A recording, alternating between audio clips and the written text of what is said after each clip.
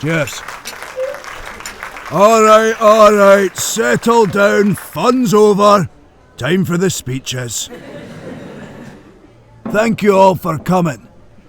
For those of you who don't know me, my name's Jack Logan. Those of you who do know me will know that I'm not a fan of big speeches, particularly ones where I've been warned no to swear, so I'll keep this brief. Thank fuck! Thanks for that, Bob. To say I was delighted when Sinead asked me to give her away would be a massive understatement. It has been my honour to step in and fill the father of the bride's shoes. And big shoes they were too. It has also been my pleasure to fulfil all the relevant father of the bride duties, with the exception of the one where I have to pay for it all. I'm not paying for this, am I? I am, however, a poor substitute. You will notice there are 2 empty seats at this top table. This was done deliberately. As many of you know, Sinead's parents can't be here with us today. I never got the chance to meet them, but given how their daughter turned out, I can only imagine they were kind, caring, special people. And by God, they would have been so proud. Not just to be standing here now, but to see the woman Sinead has become. To see how hard she works, how hard she cares, and how hard she fights every day to make the world a better place for all of us. They might have some reservations about her taste in men, mind you, but then, don't we all?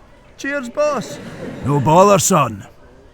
I first met Sinead in what could generously be described as the arse end of nowhere.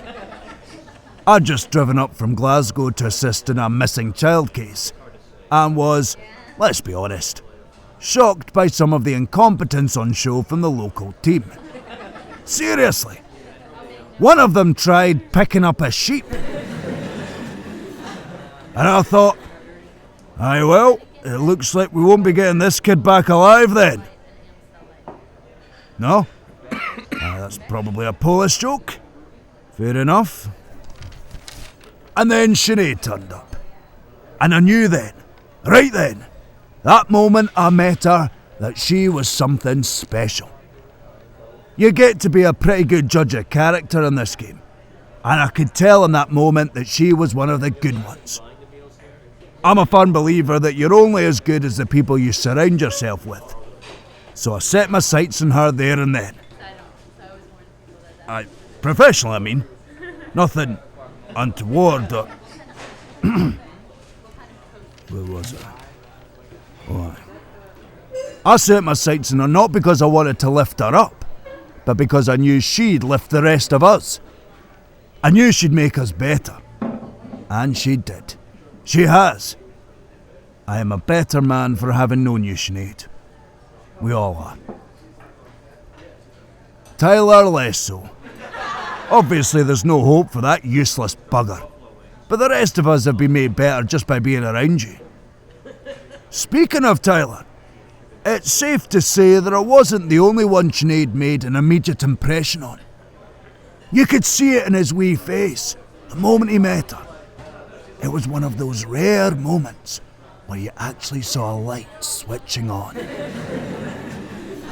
I tried to put a stop to it, of course. I tried very hard for a long time, but deep down I knew I was wasting my time. I knew someday we'd all be here, watching them promising to spend the rest of their lives together. Better or worse, richer or poorer. Definitely poorer on Police Scotland wages. Again, I don't have to pay for this wedding, do I? I realise I should probably have got that in writing before agreeing to anything. I wish I had a load of funny stories to share with you about Sinead.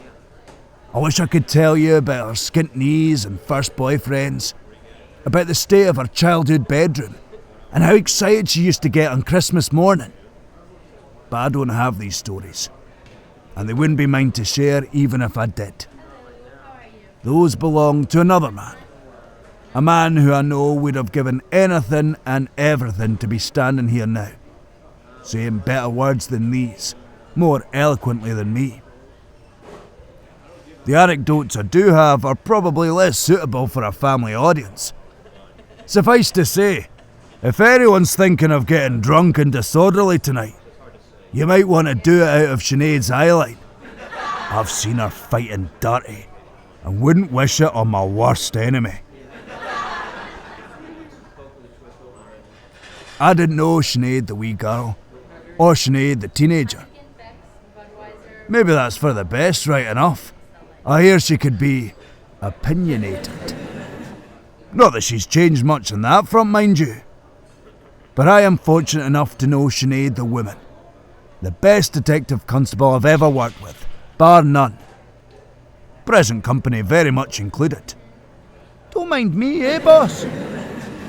I'm told that it's traditional for me to impart some words of wisdom at this point. I'm supposed to share the secrets of a happy marriage, or living a long, healthy life. I'll be honest, I don't feel that I'm particularly qualified to talk about either of those things. So, in the finest traditions of the police everywhere, I cheated a bit, and asked our friend and colleague, Detective Inspector Ben Ford, for all his advice.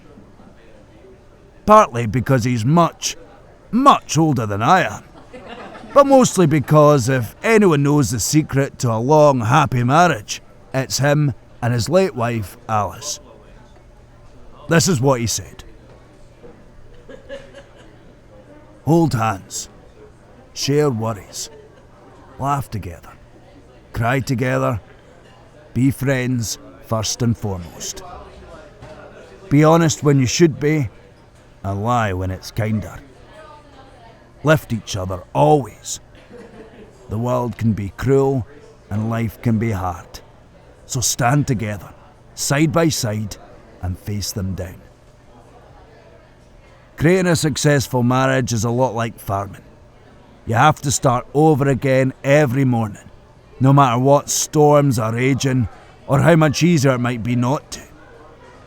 You get up, you put the work in, and you watch everything blossom and grow. Surprise each other. Argue passionately. Love unconditionally.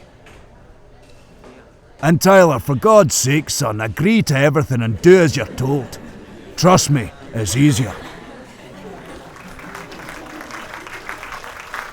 Thanks for those lovely words, Ben. Very insightful. And saved me a good hour writing this bloody speech, so cheers for that. I think that's probably enough for me. In a moment, I'm going to hand over to the groom, who's going to say a few words. Hopefully just a few anyway, because I don't know about you lot, but I'm famished. And as anyone who knows him will attest, he can't have blether some shite when he gets going. Before I sit down, I have one more responsibility that I'm going to take great pleasure in. If you could please raise your glasses to the bride and groom. To Sinead and Tyler. To Sinead and Tyler. Oh, and one final thing. If any bugger laughs at my dancing later, I'd like to remind you that I have the power to put you in the jail. You have been warned.